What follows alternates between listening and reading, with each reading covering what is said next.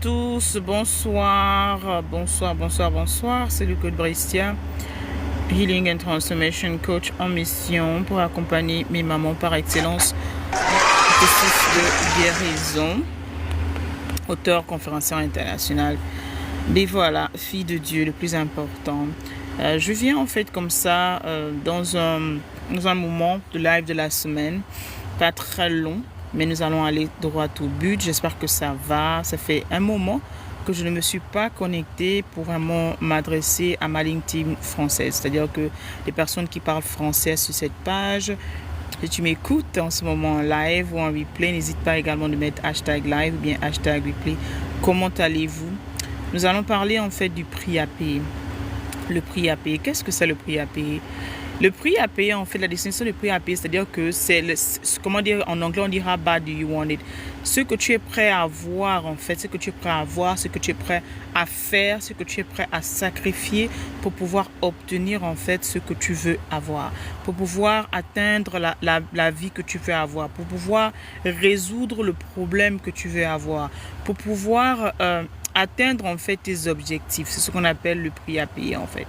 Et malheureusement, beaucoup de personnes négligent ce prix en fait. Beaucoup de personnes ne voient en fait ce prix différent. Beaucoup de personnes ne comprennent pas en fait l'importance de ce prix en fait à payer. D'où cette intervention aujourd'hui. Il y a quelques années déjà, j'ai fait ce live, un de ces lives sous une autre forme sur ma page Facebook et ça va vous faire rire peut-être, mais j'étais en train de regarder en fait sur mon topic en fait et je cherchais en fait ce live et je ne l'ai pas retrouvé et je me suis rappelé en fait justement que Facebook maintenant ne permettait plus en fait qu'on garde les lives plus de 5 je crois plus de 90 jours. Après 90 jours, tous les lives étaient supprimés en fait. L'une des raisons pour lesquelles ce live en fait n'existe plus. Certains, il y en a encore, mais d'autres. Mais j'ai téléchargé la majorité de mes lives en fait sur ma page YouTube, d'accord, YOUT. Qu'à cela ne tienne, bonsoir à tous. Comment allez-vous? Le prix à payer. Qu'est-ce que c'est le prix à payer? Pourquoi c'est important de voir le prix à payer en fait dans notre vie, dans tout ce qu'on fait en fait. J'ai environ une vingtaine de minutes, une quinzaine. Le prix à payer en fait, on parle du prix en fonction de ce que tu veux, le temps. Beaucoup de personnes, des fois, quand on parle du prix à payer, en fait, ils voient le prix, en fait. Ils voient la somme. Ils voient l'argent qu'on dépense. Ils voient l'énergie. Ils voient, en fait, ça. Mais la première chose, en fait, qui est très importante, tu dois être prêt, en fait, à sacrifier ce que tu veux, d'accord? Quelque chose pour avoir ce que tu veux. Je répète encore, tu dois être prêt à sacrifier ce que tu veux, d'accord? Pour ce que tu ne veux pas en fait, d'accord?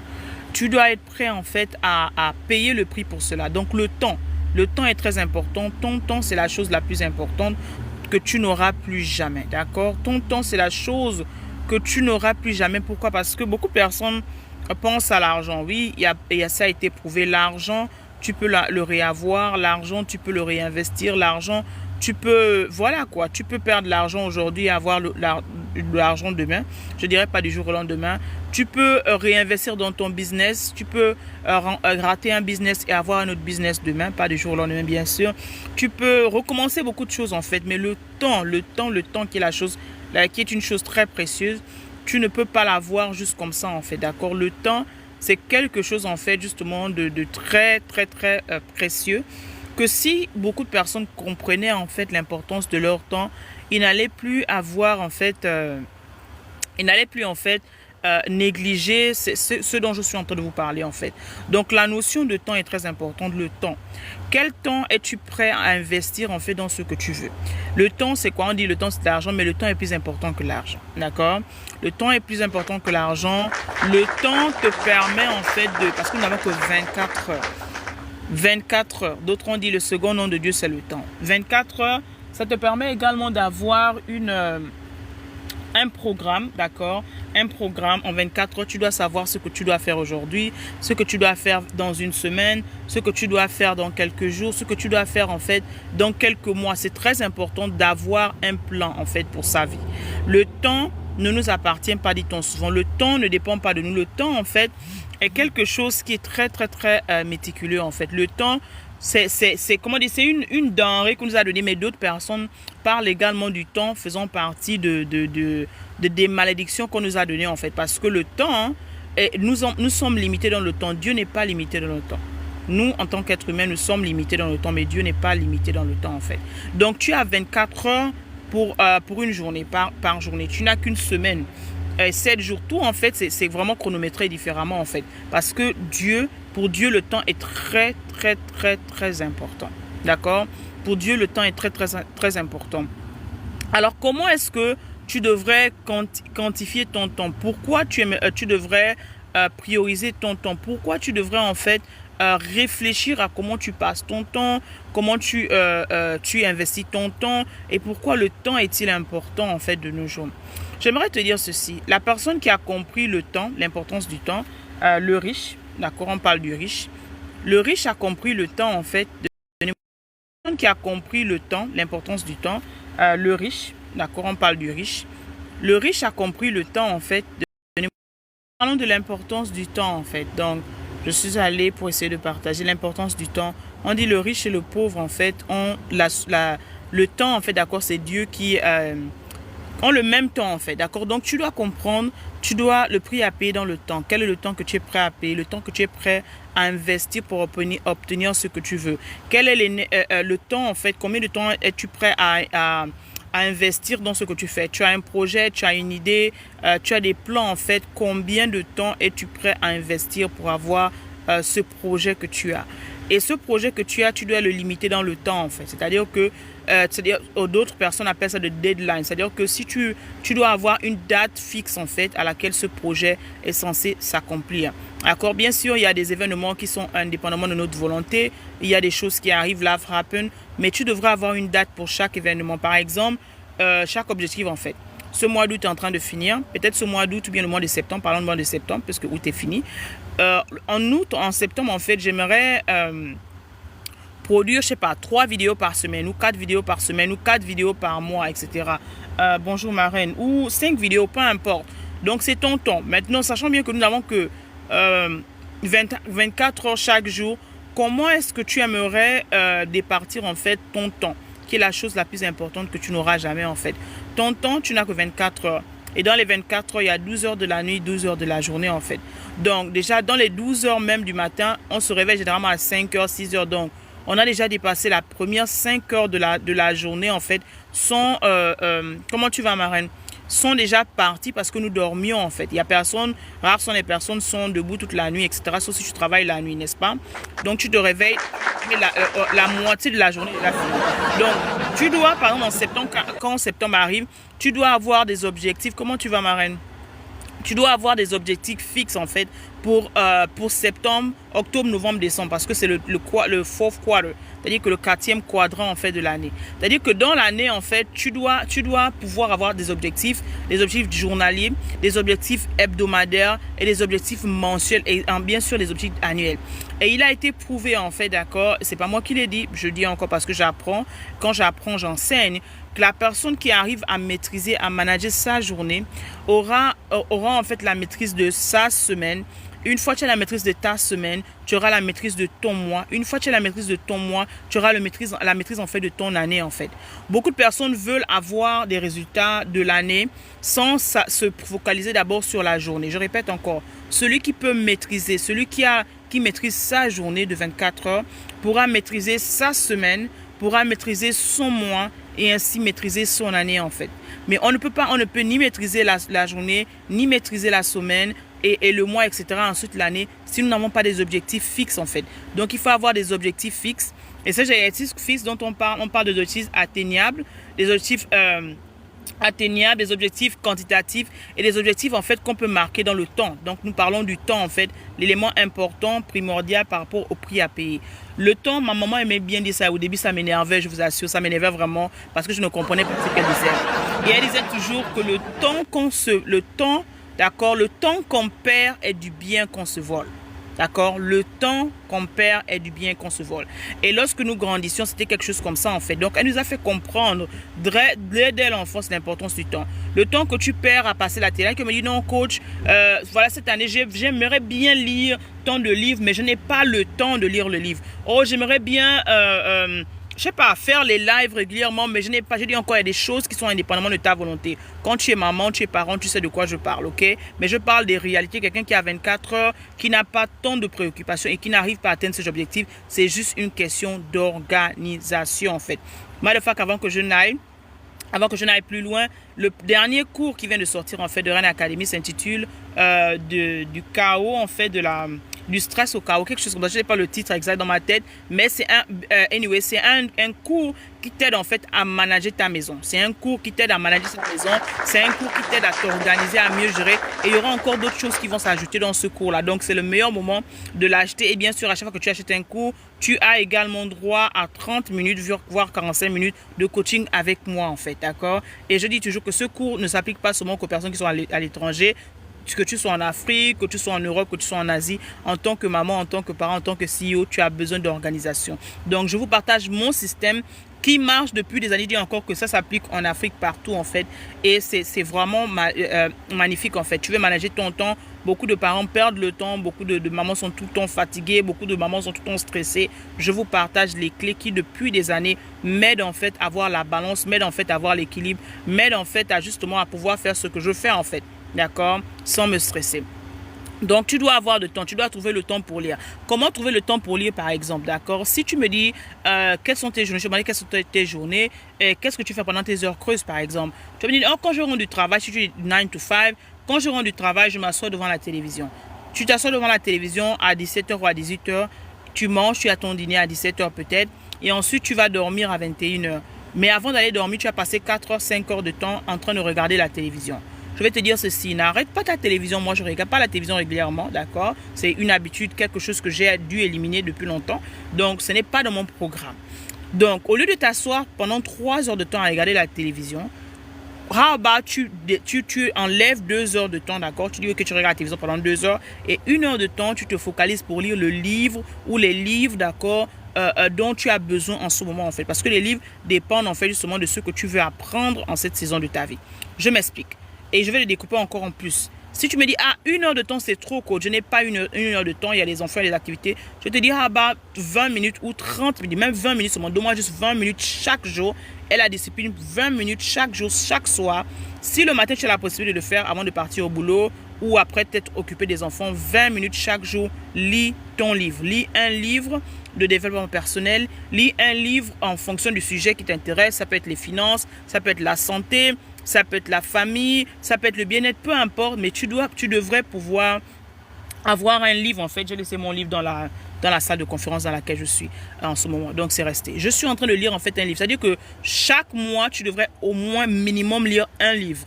Et à la fin de l'année, tu devrais avoir lu au moins 12 livres. Je répète encore, chaque mois, avec une discipline de lire 20 minutes par jour, d'accord? Que ce soit le matin, que ce soit le soir. Good morning, Diane. Good afternoon. This is in French though, but you can stay, ok? Donc, 20 minutes le matin, ou 20 minutes l'après-midi, ou 20 minutes le soir. Si tu me dis, coach, je suis occupé, je travaille, toute la journée, j'ai pas le temps, je te dirais, ok, pendant ton lunch, pourquoi en fait ne pas utiliser pendant ton lunch? Tu as 30 minutes de lunch, 20 minutes de lunch, 1 heure de lunch. Prends 20 minutes ou 15 minutes, même 10 minutes seulement pour lire quelques pages. Tu peux lire quelques pages, tu peux lire un chapitre par jour, tu peux lire 10 pages par jour, tu peux lire 3 chapitres par jour, peu importe. Le plus important, c'est d'avoir la discipline de pouvoir lire en fait. Je t'assure qu'un livre de 200 pages, si tu lis environ soit 2 chapitres par jour, en moins d'une semaine, tu auras fini en fait de lire ce livre-là si tu es discipliné chaque jour. C'est important, les leaders are readers en fait, d'accord? Donc le temps, il faut capitaliser sur ton temps, il faut bien effectuer ton temps, il faut bien maximiser ton temps si tu veux vraiment atteindre les objectifs que tu dois atteindre. Et tu dois regarder ce qu'on appelle également le time waster, c'est-à-dire que où est-ce que je perds mon temps? Je perds mon temps. Colonel, la vidéo, good evening, do you speak French, you speak English? But this is the French English right now, okay? But it's okay, it's a French, you're welcome. So, C'est ça en fait, time waster. C'est-à-dire que where do you waste your time? Est-ce que tu perds le temps avec le... Ouh, je suis dans la voiture. Est-ce que tu perds le temps en train de passer au téléphone, en train avec des heures avec des gens qui ne t'ajoutent pas de la valeur? Est-ce que tu passes le temps avec des personnes qui devant la télévision? Est-ce que tu passes le temps en train de scroller sur les réseaux sociaux? Tout ça, c'est ce qu'on appelle time waster and time killers, parce que ça prend le temps. Avant que tu te rends compte, tu as déjà dépassé 2 heures, 3 heures de temps en train de scroller seulement sur les réseaux sociaux en fait. Par contre, si tu t'assois quelque part et tu regardes un live de 20 minutes, de 10 minutes, de 15 minutes comme ça par exemple, tu ne dépenses pas ton temps. Pourquoi? Parce que tu t'ajoutes de la valeur. Donc, il faut investir ton temps, quelque chose que tu n'auras plus jamais, dans des choses, des activités qui t'ajoutent de la valeur, des activités qui te font grandir en fait. Ok? Spend your time with the things that make you grow. If you don't grow, you're wasting your time.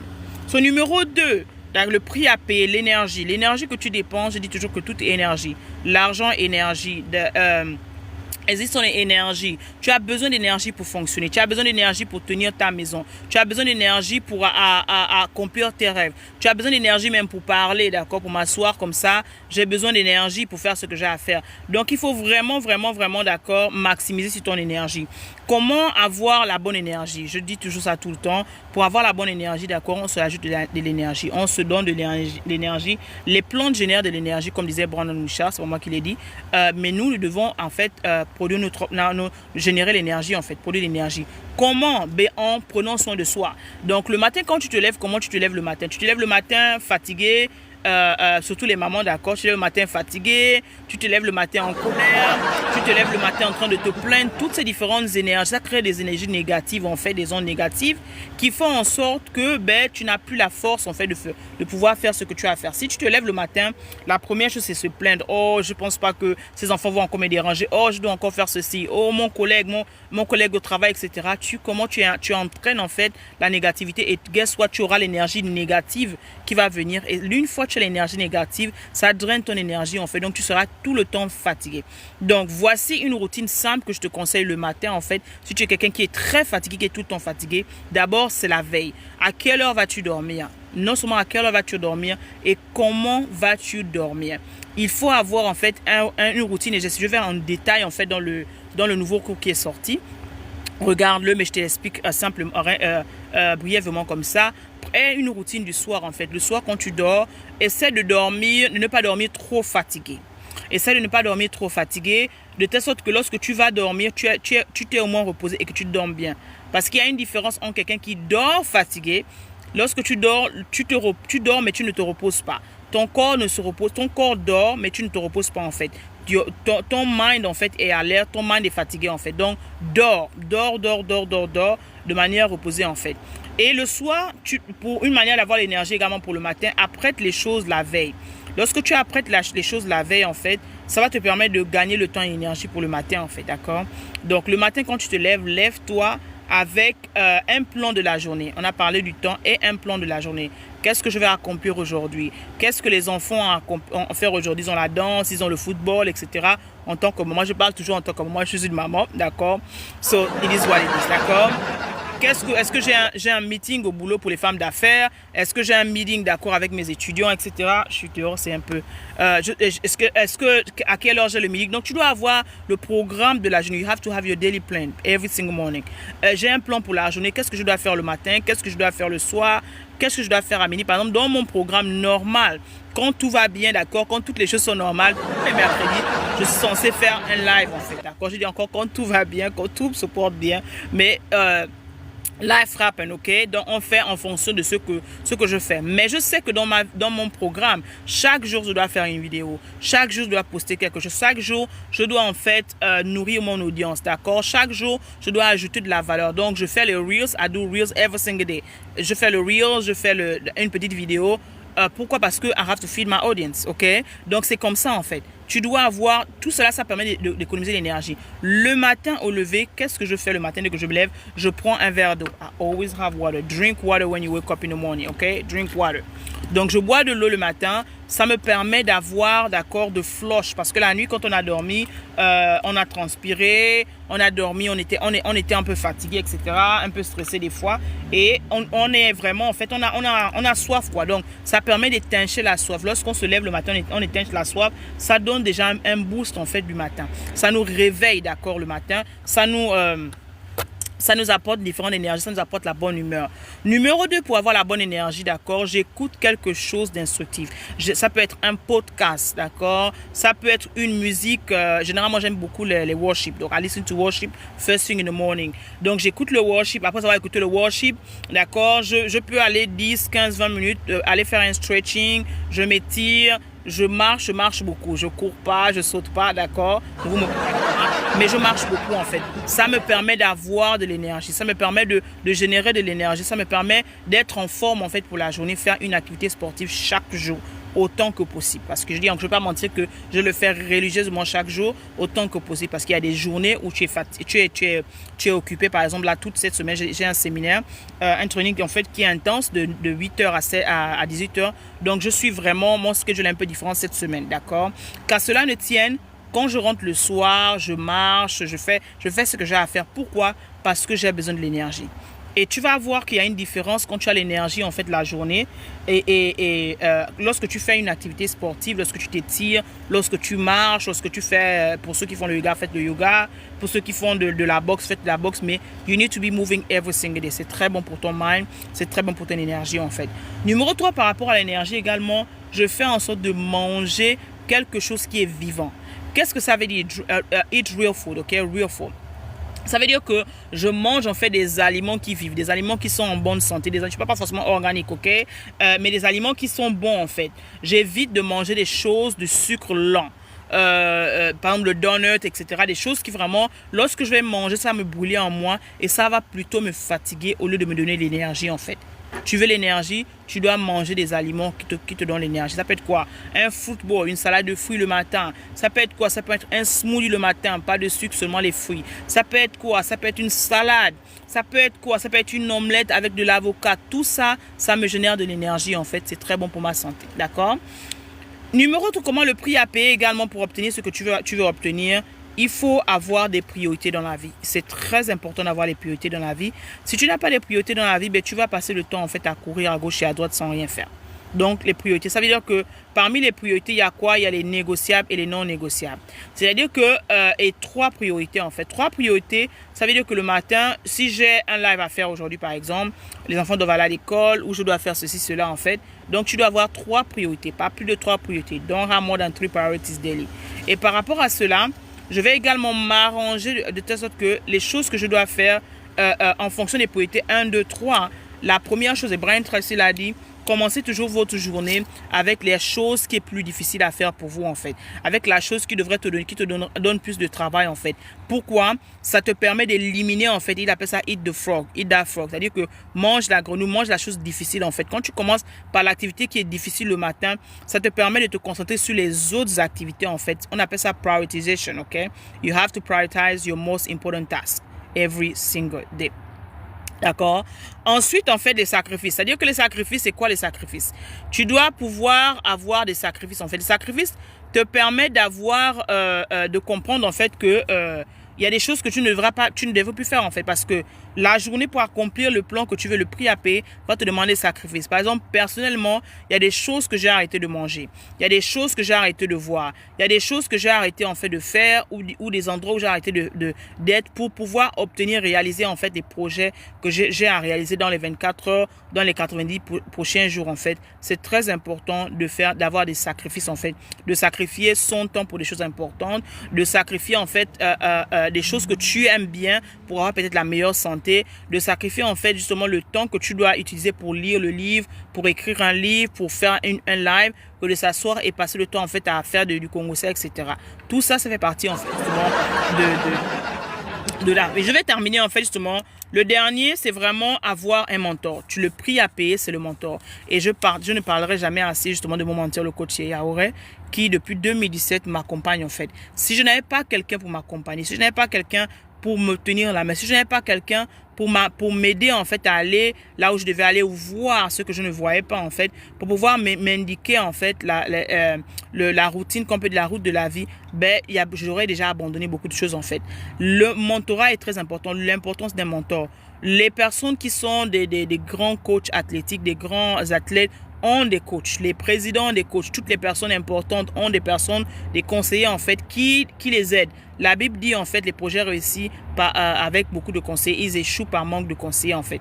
Donc vous avez besoin de choisir une personne, une personne qui est ointe, une personne qui a la crainte de Dieu le plus possible, une personne qui est assise dans son domaine, une personne qui a fait ses erreurs, d'accord, pour vous accompagner dans ce que vous faites. C'est très très très important. Tu ne peux pas, je te jure que si tu es une Ruth, tu ne peux pas être sans ta Naomi, d'accord. Tu ne peux pas en fait, si tu es une Esther, tu dois avoir ton Mardoché. Donc c'est très important d'investir dans un mentor. Tu dois avoir un coach qui t'accompagne, tu dois avoir quelqu'un qui t'indique en fait la route à suivre, tu dois avoir quelqu'un à qui tu parles, d'accord. Beaucoup de femmes sont stressées, beaucoup de personnes sont stressées là dehors, et dis toujours que ton époux n'est pas ton thérapeute, ton époux n'est pas censé écouter en fait certaines choses. C'est la raison pour laquelle tu dois investir en ta couronne intérieure.